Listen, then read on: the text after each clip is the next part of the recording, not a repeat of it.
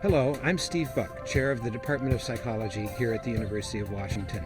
The lecture you're about to see is part of our annual Alan Edwards Psychology Lecture Series. Professor Edwards was affiliated with the Department of Psychology for half a century until his death in 1994. He was an outstanding teacher, researcher, and writer who introduced new statistical techniques that are credited with changing the way modern psychological research is conducted. Alan also permanently enhanced the intellectual climate of UW Psychology by endowing the Alan Edwards Lectureship, which since 1999 has brought an impressive list of renowned psychologists to the UW campus to interact with faculty and students. Now, the annual Alan Edwards Psychology Lecture Series presents the excitement of psychological research and its tangible benefits to both local and national audiences. The lecture you're about to watch is one of a pair given back-to-back that matched a UW Psychology faculty member with a visiting researcher to talk about a topic of great public and scientific interest.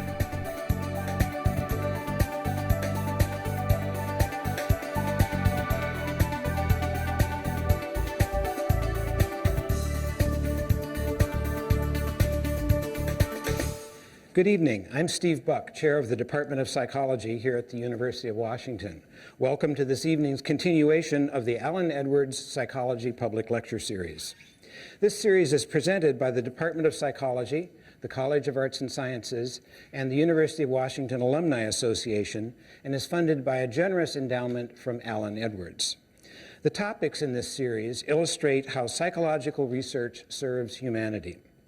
The University of Washington receives more research support money than any other public university in the country, topping $1 billion this past year. The Department of Psychology alone receives almost $10 million annually in research funding that helps us advance our knowledge of basic science, directly serve people in our community and around the globe, and train our undergraduate and graduate students. Tonight's lecture addresses the promise of prevention for conduct problems in at-risk youth. Our speaker is Dr. Robert McMahon. Dr. McMahon is professor of psychology here at the University of Washington. He received his PhD in clinical psychology from the University of Georgia, and he joined the faculty here at UW in 1987, where he has served as director of our child clinical doctoral training program for most of the past 17 years. Dr. McMahon's primary research and clinical interests concern the assessment, treatment, and prevention of conduct problems and other problem behaviors in youth, especially in the context of the family. Since 1990, he has served as principal investigator on the FastTrack project, which is the largest prevention trial of its type funded by the National Institutes of Health, and about which you will hear more shortly. Dr. McMahon has been elected a fellow of two separate divisions of the American Psychological Association. He is also currently the editor-in-chief of the journal Prevention Science. Please help me welcome Dr. Robert McMahon.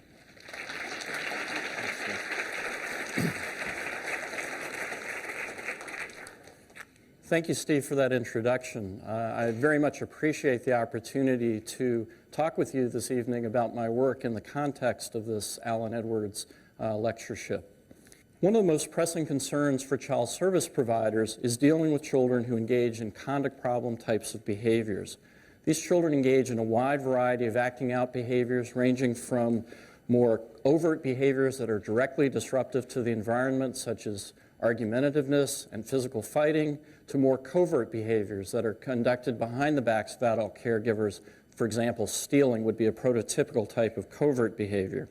Children with conduct problems account for more than 50% of clinic referrals to children's mental health outpatient facilities, and estimates are that in the general population they comprise somewhere between 5 and 9%, although some recent epidemiological research suggests that it may be as high as 10 to 12%. Children with conduct problems typically also present with a variety of other sorts of serious problems, ranging from attention deficit hyperactivity disorder to reading difficulties, to depression, to social skills problems. Criminal activity, both in adolescence and in adulthood, is also one of the most common outcomes of childhood conduct problems. In the United States, it's estimated that the total burden of crime in a given year is more than $1 trillion. Juveniles account for about 1 out of every 5 of all of those arrests, and interestingly, a very small portion of those youth, only about 7%, account for more than 50% of all juvenile crime. The cost of losing one of these high-risk youth to a life of crime has been estimated to be somewhere between $1.3 to $2 million, depending on the extent to which the child is also a high school dropout or which he or she is also engaging in high levels of substance use. The reality is that both of these tend to correlate quite commonly with children with conduct problems, so that $2 million figure is probably a more realistic one.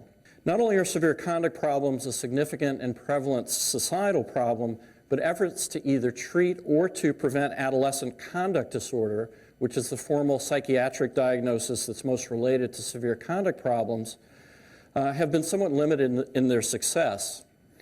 Short-term interventions that focus on a single aspect of the problem, so for example, that address the child's social skills or that address parenting, have not been shown to prevent or to treat effectively adolescent conduct disorder. In addition, a recent U.S. federal consensus report also noted that no early intervention program has yet been shown to prevent adolescent conduct disorder.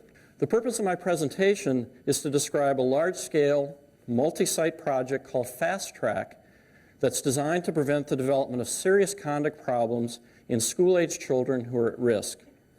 I'm going to first describe the developmental model on which the intervention is based, and then I'm going to give you brief overviews of the research design of FastTrack and a description of the actual intervention itself. And then what I'm going to do is tell you what we know so far about the results of this project. Important research that's been conducted over the last 15 to 20 years has clearly indicated that there are multiple developmental pathways by which children display conduct problems. The one of most interest to us this evening is the so-called early starter pathway. These children begin to demonstrate conduct problems during the preschool period and certainly no later than the early elementary school years. They tend to engage in both overt and covert types of problem behaviors, and in general, they tend to enlarge the settings in which these conduct problem behaviors appear, typically engaging in the home first and then gradually sort of spreading out into the school and broader community. In addition, it's estimated that about 50% of children who display high levels of conduct problems between the ages of 5 and 8 will go on as adolescents and adults to display much more serious forms of antisocial behavior. This is a very high degree of continuity that's relatively unmatched by other forms of child behavior disorders. Given the seriousness of many of the behaviors and also given this high degree of continuity, it's not too surprising to learn that for many of these children, they have a relatively poor prognosis, not only during childhood, but during adolescence and adulthood as well. What I've said so far doesn't really talk about how these children get onto this early starter developmental pathway. And generally, what we've learned over the last 15 or 20 years is that there is no single set of factors that lead directly to this early starter pattern. Instead, there are multiple ways in which this can happen. The risk factors range from biological ones intrinsic to the child to familial factors playing a very important role, as well as peer groups, the school environment, and the broader neighborhood, all playing important roles. If we thought about a recipe for this early starter pathway, we'd first of all have a situation in which this child was born into a very high-risk, dangerous neighborhood.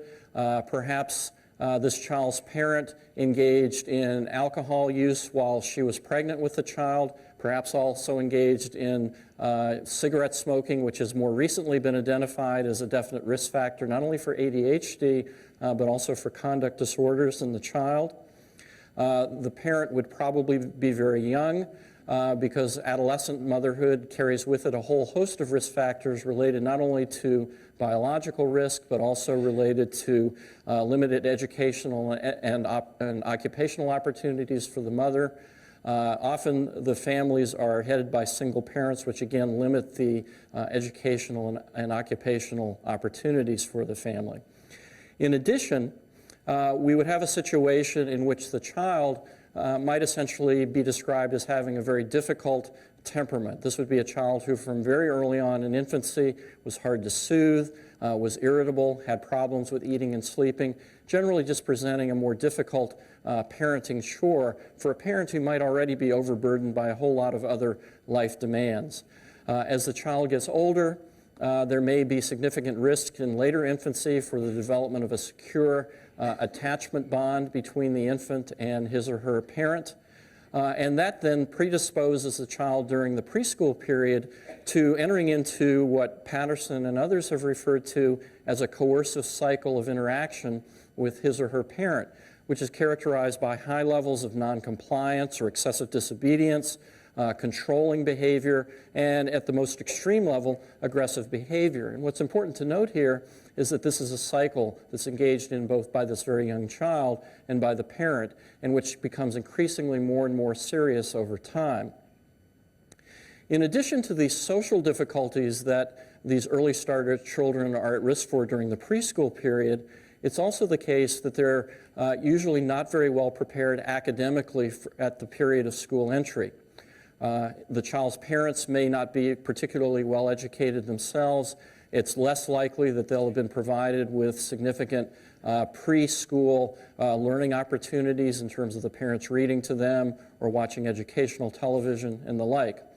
So at the point at which the child enters elementary school, they're at multiple risk for failure, not only socially, because they are essentially transferring this coercive cycle of interaction to interactions not only with their teachers, but also with their peer group. But in addition, they're academically ill-prepared. And what we often find is that as these children enter school, their behavior gets them into trouble literally within the first day or two. And oftentimes, as a consequence of that, they're missing out on important learning opportunities because they've been sent out into the hall or down to the principal's office, or perhaps not uncommonly even suspended from school for significant amounts of time. This sort of acts as a double whammy, if you will, because these are the children who can least afford to miss out on academic learning opportunities.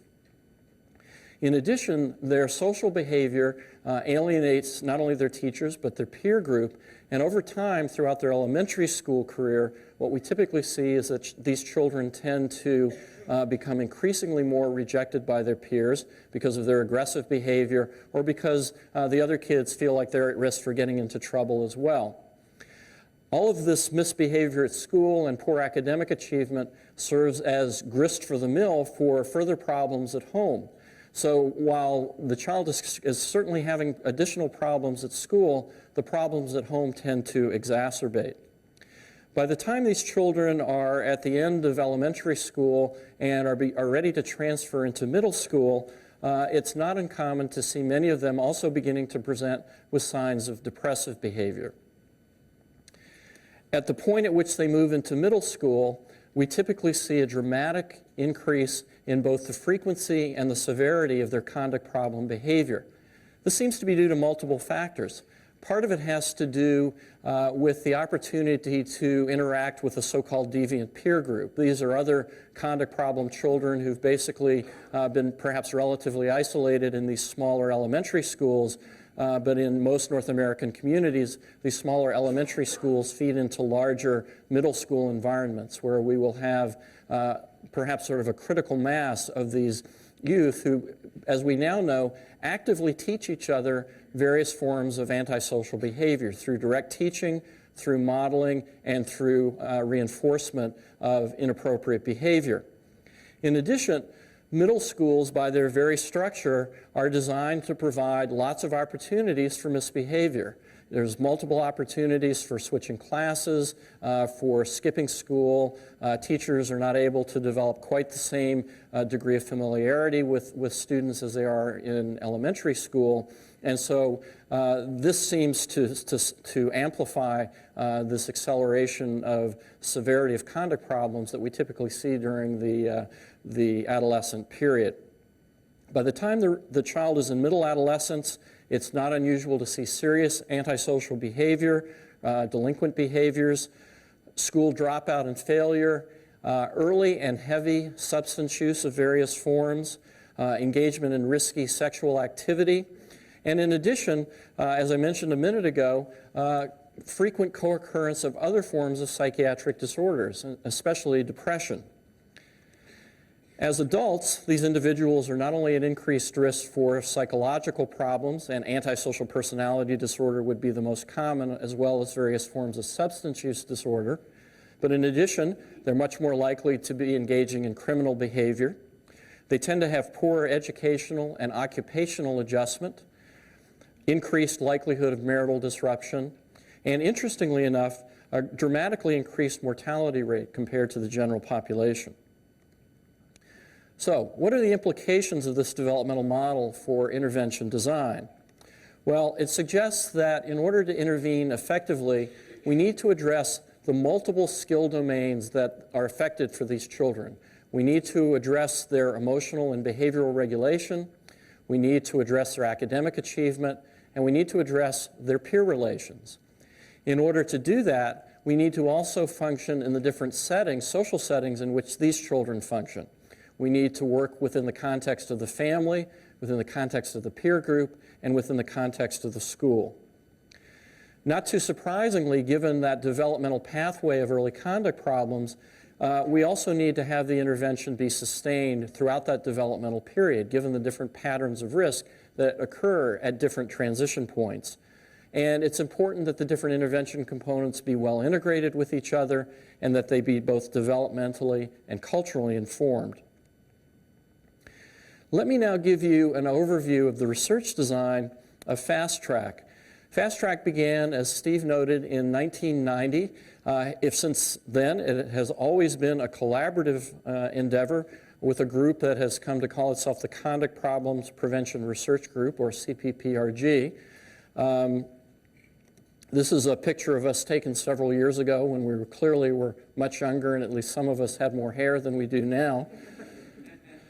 We have been funded throughout by the National Institute of Mental Health, and more recently, also quite extensively by the National Institute on Drug Abuse, and then over the years by the Department of Education, and also by the Center for Substance Abuse Prevention. FastTrack was implemented in 4 geographic areas in the U.S. In Seattle, we were implementing in both the Seattle School District and the Highline School District. We were also in Nashville, Tennessee, Durham, North Carolina, and several communities in rural central Pennsylvania.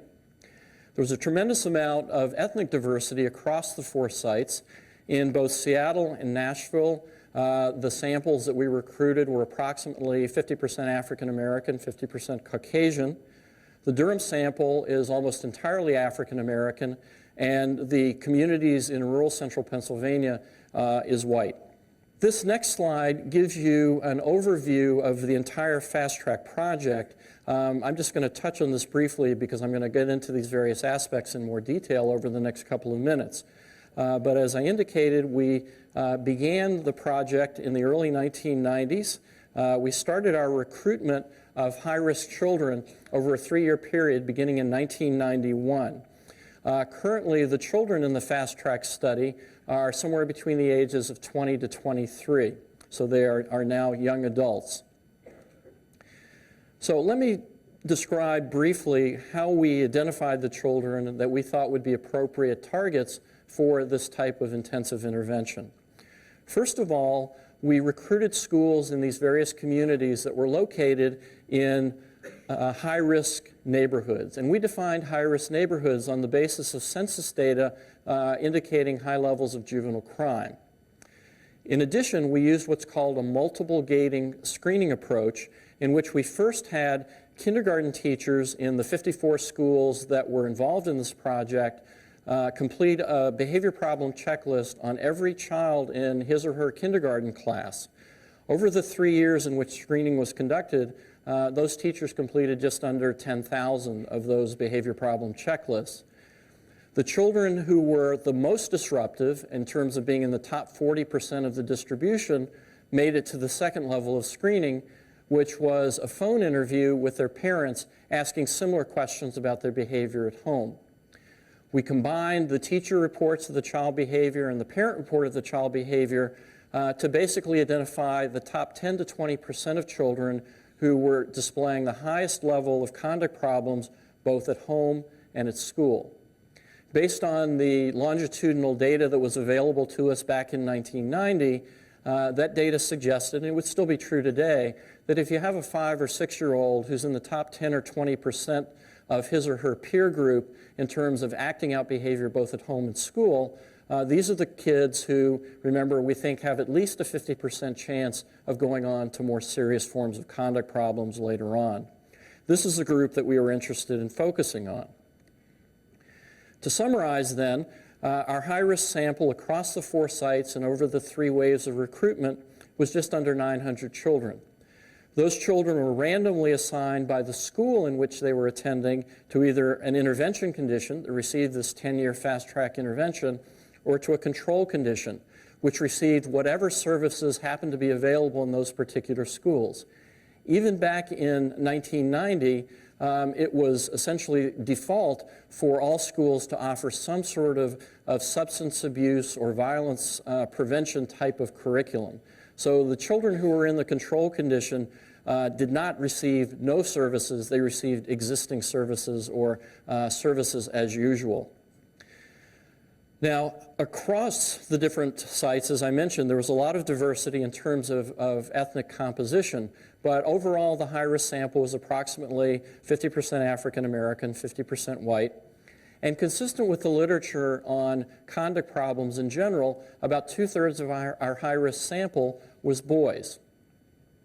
In addition, we also recruited what we called a normative community comparison sample of just under 400 children, approximately 100 children at each site.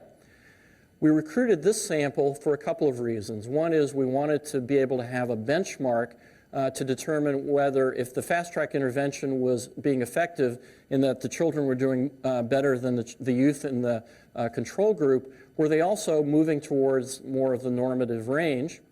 And in addition, we were also interested in looking at children who, though initially were not labeled as being at high risk, were they developing these so-called late starter types of conduct problems in late elementary school, early middle school.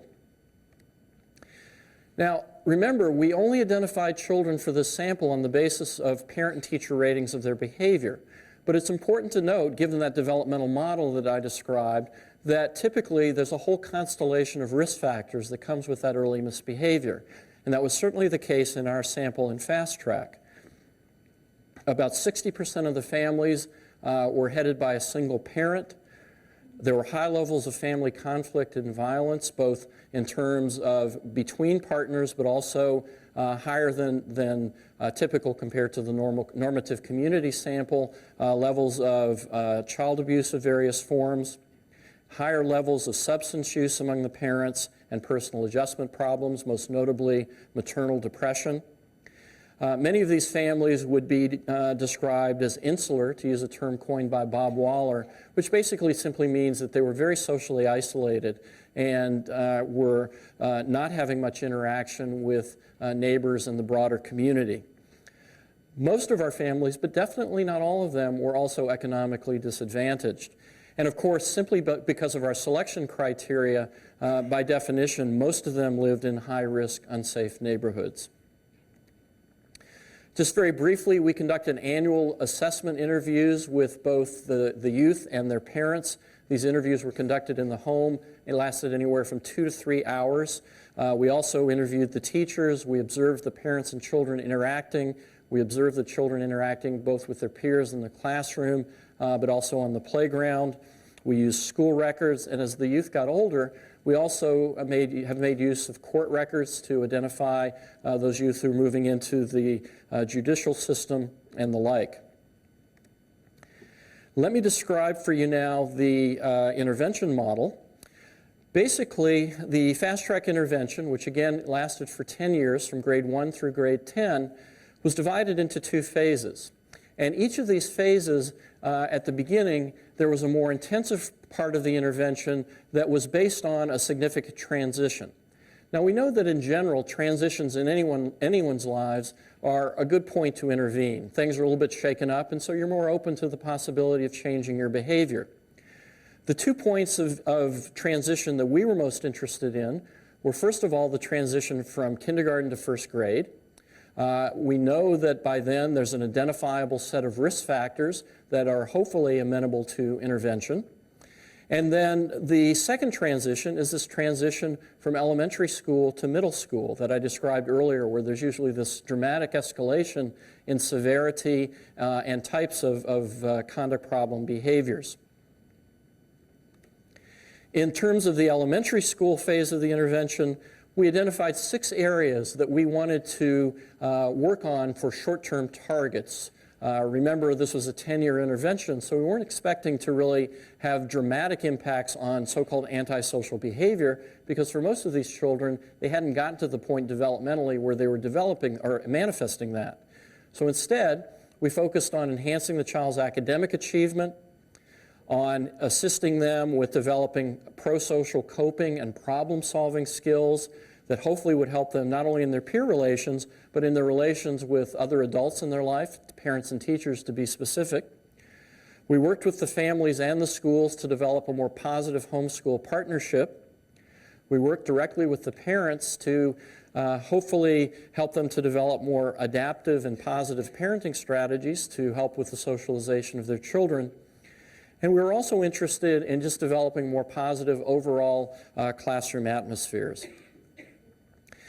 The FastTrack model of intervention is something that we refer to as a unified model of prevention. And when we say unified, what we mean is that there are both universal components, which are delivered to all of the children, say in a classroom, not just the children who are identified at high risk, and then more targeted components that are delivered only to the high-risk youth. We delivered those components in 3 different contexts: the school, the family, and then in weekly 2-hour enrichment programs that took place either in the evenings or on Saturdays. The universal component of FastTrack throughout the elementary school phase was a teacher-based classroom curriculum called PATHS. PATHS is an acronym that stands for Promoting Alternative Thinking Strategies. It's developed by Mark Greenberg, who's one of the FastTrack collaborators. And basically, it involves a series in first grade of about 50 to 60 half-hour lessons that are designed to foster children's social skills, their ability to make friends, to identify emotions in themselves and others, and the like. This curriculum, as I said, was universal, and so what that means is it was delivered to all of the children in the classroom, not just the high-risk children. The other components of the elementary school phase of FastTrack were targeted just to the high-risk children. There were other social skills components, so in the enrichment program, in first grade, there were weekly so-called friendship groups. These were children's social skills training groups in which basically they were allowed a much more intensive opportunity to practice the social skills that they had been exposed to earlier in that week in the PATHS curriculum. In addition, back in the school classroom was an intervention referred to as peer pairing. And basically what that involved would be pairing this high-risk youth once a week with a low-risk child in that same classroom for a classroom pullout in which the high-risk child and the classroom normative child would engage in some sort of activity that was enjoyable to both kids, and that the child involved in FastTrack had already had some positive experience and was kind of the expert at doing. The non-risk kids enjoyed this and got them out of school for a half an hour or so. They also usually would come out of it with some sort of prize or game or whatever. The following week, the FastTrack youth would be paired with another low-risk child and so on throughout the course of the year. The idea was to, first of all, break into this reputation that these youth had in terms of being a difficult, aggressive child, and to try to establish the seeds of friendship. One of the most important things that we were trying to do was to have our children developing solid friendships with the children who were at low risk.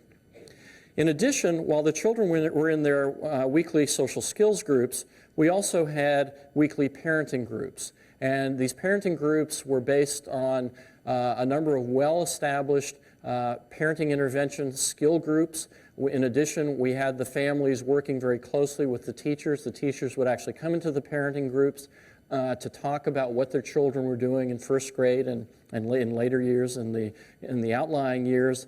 And in addition, parents were being taught more appropriate discipline strategies, how to control anger around parenting situations, and the like. As the children got older, the content of these parenting groups got more developmentally sophisticated, so in the later years there was much more of a focus on negotiation, communication skills, and problem solving. After the parents and children finished their particular skills training, the parents and kids came together for what we call parent-child sharing time. This was a skill-based opportunity for parents and children to practice the skills that they had learned and to get direct feedback. In addition to these sorts of skills, children were receiving tutoring on an as-needed basis in the out years of the program, and in first grade, all of the children received a phonetically based reading tutoring program. Remember, this is back in the early 90s, and sort of a whole language approach was very much in sort of predominance, and so many high-risk children had been shown to benefit more from phonetically based reading programs, so for FastTrack, all of the children received such a program in their first year. Later on, tutoring was based on an as-needed basis and could cover any subject. The final targeted component in elementary school was a home visiting component. And this was designed to serve multiple purposes. One of them was simply to develop a positive relationship with the family. Many of these families had received multiple forms of social services from various individuals and agencies, and not too surprisingly, were somewhat mistrustful and in fact a little bit skeptical when we told them that if they participated in FastTrack, we would be with them for the next 10 years. We underestimated the extent to which it was going to take some groundwork to earn their trust. But we did do that for most families, and I'll present some numbers a little later that suggest that we were successful. In addition, the home visiting was also an opportunity for some on-site supervision of the parents' implementation of the parenting skills that they had learned in the parent group in the enrichment program. Now, who provided all of these services? Well, every family during the elementary school phase had two individual staff, a family coordinator who conducted the parent groups and the parent-child sharing time and who did the home visits, an educational coordinator who conducted the children's social skills groups, who consulted with the teachers around the PAS curriculum, and who also supervised the tutors. Classroom teachers, of course, are administering that PAS curriculum. And then the tutors were people that we recruited from the neighborhoods around the schools. They ranged from high school students to retired school teachers. It was basically anyone who wanted to work with the children.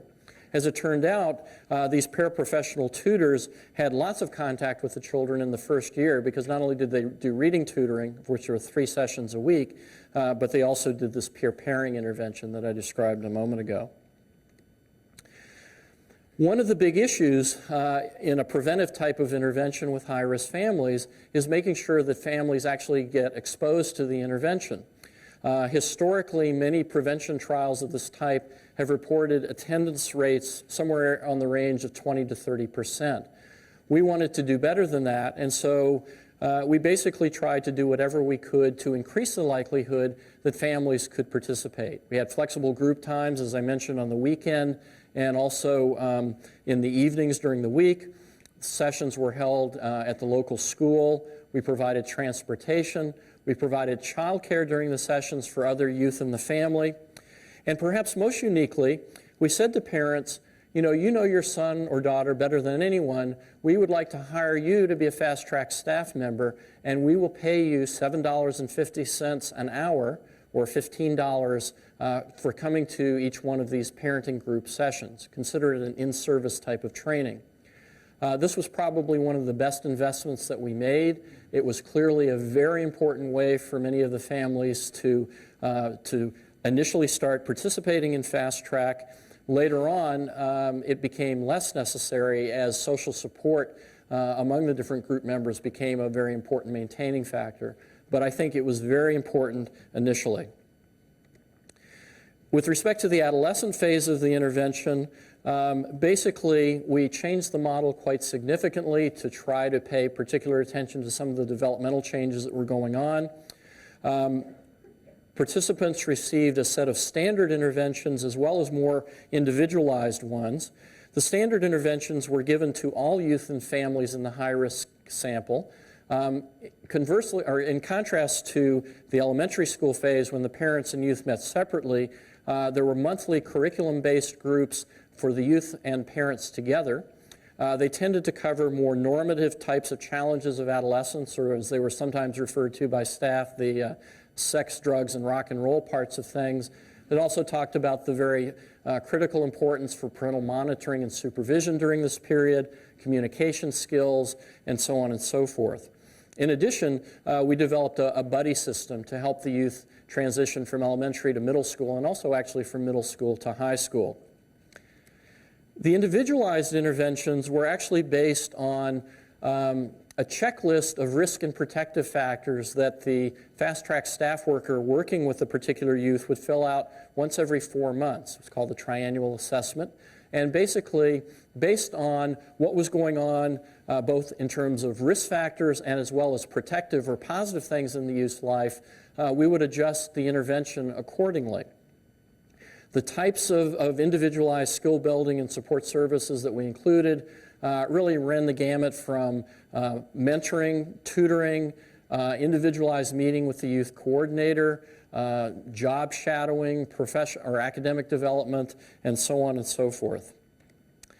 Staffing had a different shift. Now each youth had a so-called youth coordinator who was essentially the broker for a lot of these individualized services and who served as the liaison for the youth and his or her family with community resources. Because the other thing we were trying to do during this period of time was to gradually move reliance of the family away from the individual FastTrack staff members and helping them to learn how to make better access of existing community resources. Each of the 4 sites had a full-time vocational coordinator to help with those aspects of the child's development. For youth who did not have a same-sex positive adult role model in their life, we had a mentorship program similar to what Big Brothers or Big Sisters would do. Unfortunately, just like those larger mentoring agencies, there was always a shortfall of mentors. So we always had more youth who needed mentors than we were able to provide. We also had tutors as we continued that from the elementary school phase of the intervention. Now what I'd like to do is to talk about some of the findings of FastTrack so far. And I want to ask 4 key questions. First of all, does FastTrack work? Secondly, how does it work? Third, does it work equally well for everyone? And finally, how much does it cost? In terms of the question about whether FastTrack works or not, before I get into the actual results of our intervention control comparisons, let me talk about a couple of other things. First of all, in order for those findings to be meaningful, we need to make sure that people who began participating in the study hopefully continue their participation. We've done reasonably well, as you can see here from this slide. The bottom line here is that depending on the particular condition in which the youth and his or her family were assigned to, by 11 years into the project, we still had somewhere between 80 to 85% of families actively participating in the research component of the intervention. This is pretty remarkable. These are very transient, highly mobile families. They're often very difficult to find, and in fact, at this particular point in time, we probably have youth in almost every state in the Union and in a number of foreign countries as well. We've actually done a pretty remarkable job of not only keeping track of them, or them keeping track with us, if you will, but their very, very gracious participation, continued participation in filling out these various questionnaires and so on. Another question has to do with the extent to which parents and children participated in these social skills and parenting groups. Now, this first slide, which is just across the first 4 years of the intervention, and is a very liberal definition of attendance, which just simply said, did this parent or did this child attend at least one of the particular sessions in a given year? You see that in the first year, almost everybody, parents and children, attended at least some of these sorts of things. The most important thing to note here, I think, on this slide, though, is that over the 4 years, there is a gradual decrease in participation. But what I wanted to say here is that to a large extent, this decrease in participation of any sort was largely due to families' moves out of the service area. So it was literally physically impossible for them to have attended those sessions. This next slide says that for those folks who did attend any parenting or child social skills session in a given year, what percentage of those attended more than half of the sessions? And here what we see, a couple things, is that participation in the child groups is very high. Over the 4 years, it was between 80 and 90% of the children, if they attended any sessions, attended more than half of them. And for the parents, it was lower, but still quite good, somewhere between 2/3 and 4/5. Remember earlier, I mentioned that often in these large-scale prevention trials, parenting attendance is somewhere between 20 and 30%. This is pretty remarkable given that many of the teachers and principals that we were working with were very pessimistic that we would get any sort of attendance from these families, and the fact that these were families who were not actively seeking our help. Remember, this is a prevention sample. We went out and asked them to participate. So, first of all, starting at the end of grade 1, remember I showed you those 6 circles, if you will, 6 different areas that we targeted in the first grade intervention as short-term outcomes. Essentially, what we found were significant differences between our intervention and control youth and families in all 6 of those domains. We found that children's coping skills were enhanced, their academic skills, specifically reading, were better than the kids in the control condition. They were much more likely to not misinterpret social cues when they were interacting with their peers, and they were much more likely to be rated by their peers as being likable and friendly. With respect to parents, parents not only reported using more appropriate discipline strategies, but they were actually observed doing so. They were warmer and more positively involved with their children. The parents reported more positive changes in their parenting behavior over the course of that first year than did parents in the control condition. And teachers reported that the parents were much more positively involved in their use in the children's school than were parents in the control schools. I want to mention, too, that these numbers in parentheses that you see here are effect sizes. And basically, to just sort of cut to the bottom line here, the effects that we found in the first year of the intervention were in the small to moderate range, which is not inconsistent with what other large-scale prevention trials have found with these types of samples. We also found that playground observers' ratings of the kids' aggressive and disruptive behavior on the playground was more improved for the youth in the intervention condition than in the control. Both parents and teachers saw the child's antisocial behavior as improving more over the course of the year than did parents and teachers in the control condition. And interestingly enough, children in the FastTrack intervention received fewer minutes of special education intervention in the first year than did children in the control condition. Basically, we considered minutes in special education to be more a marker of behavior in that first year of elementary school than a marker of learning difficulties per se, although obviously they're both very closely correlated. So here we're using it as a marker of disruptive behavior. Jumping ahead to the end of third grade, what we found was that we were able to replicate our measures of positive changes in parenting behavior. Parents were reporting lower levels of physical punishment and more positive changes in parenting behavior. Unfortunately, we had discontinued our direct observations of parent and child interaction by third grade, so we weren't able to look at some of the other dimensions we had earlier on. We also found that parents and teachers were rating the child's oppositional and aggressive behavior as being lower than did parents and teachers in the control condition, more positive changes on this variable, and kids in FastTrack were less likely to receive a special education diagnosis of one sort or another. During third grade, we also were interested in taking on a more individualized approach to looking at so-called clinical caseness.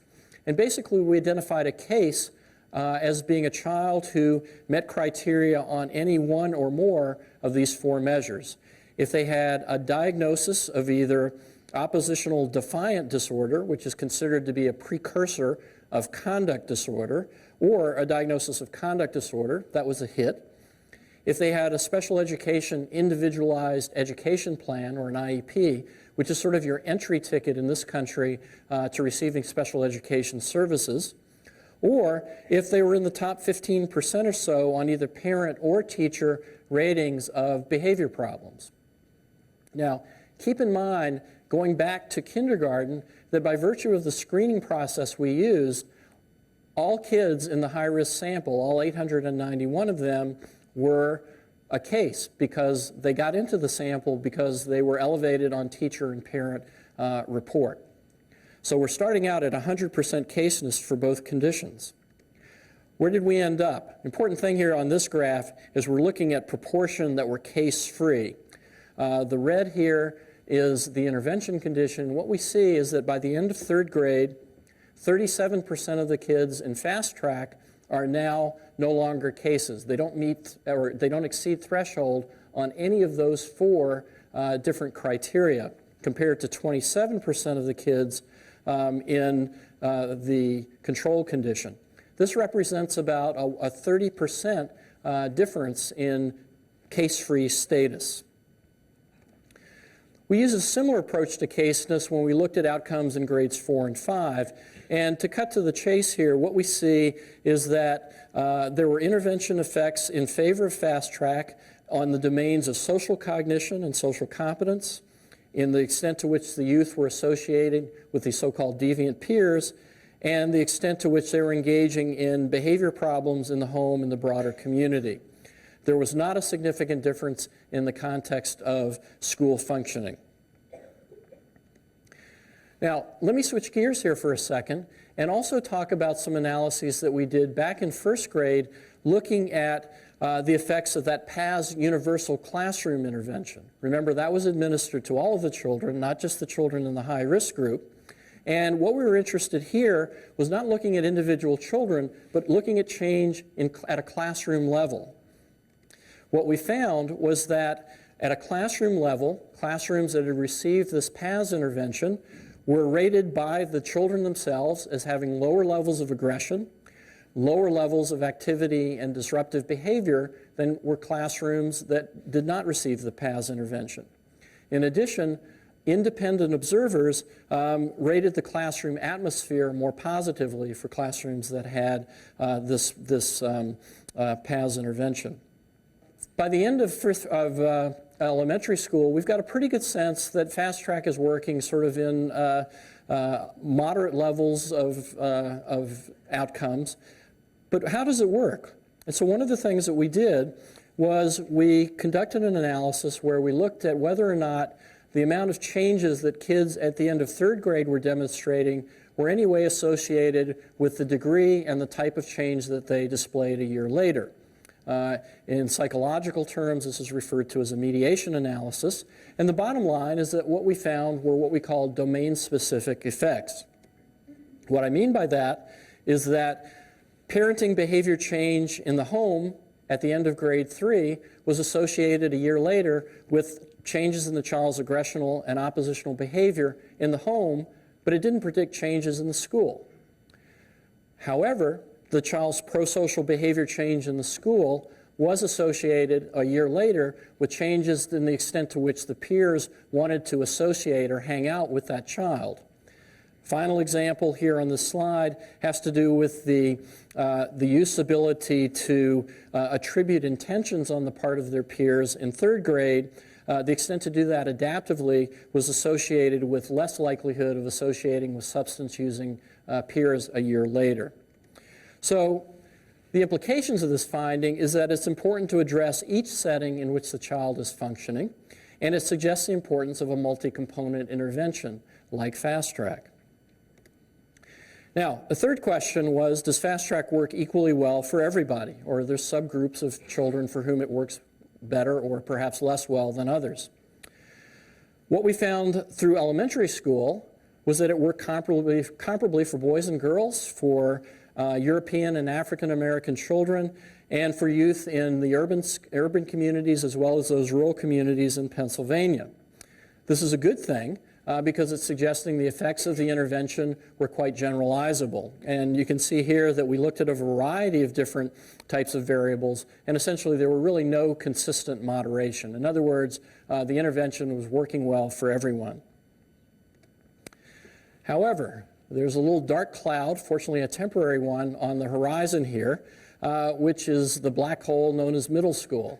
In middle school, we looked at several constructs related to disruptive behavior. We looked at the child's level of social skills, and we looked at the extent to which they were associating with deviant peers. The bottom line is that in contrast to elementary school, during those 3 years of middle school, we did not find the broad effect on aggressive and externalizing behaviors that we saw in elementary school.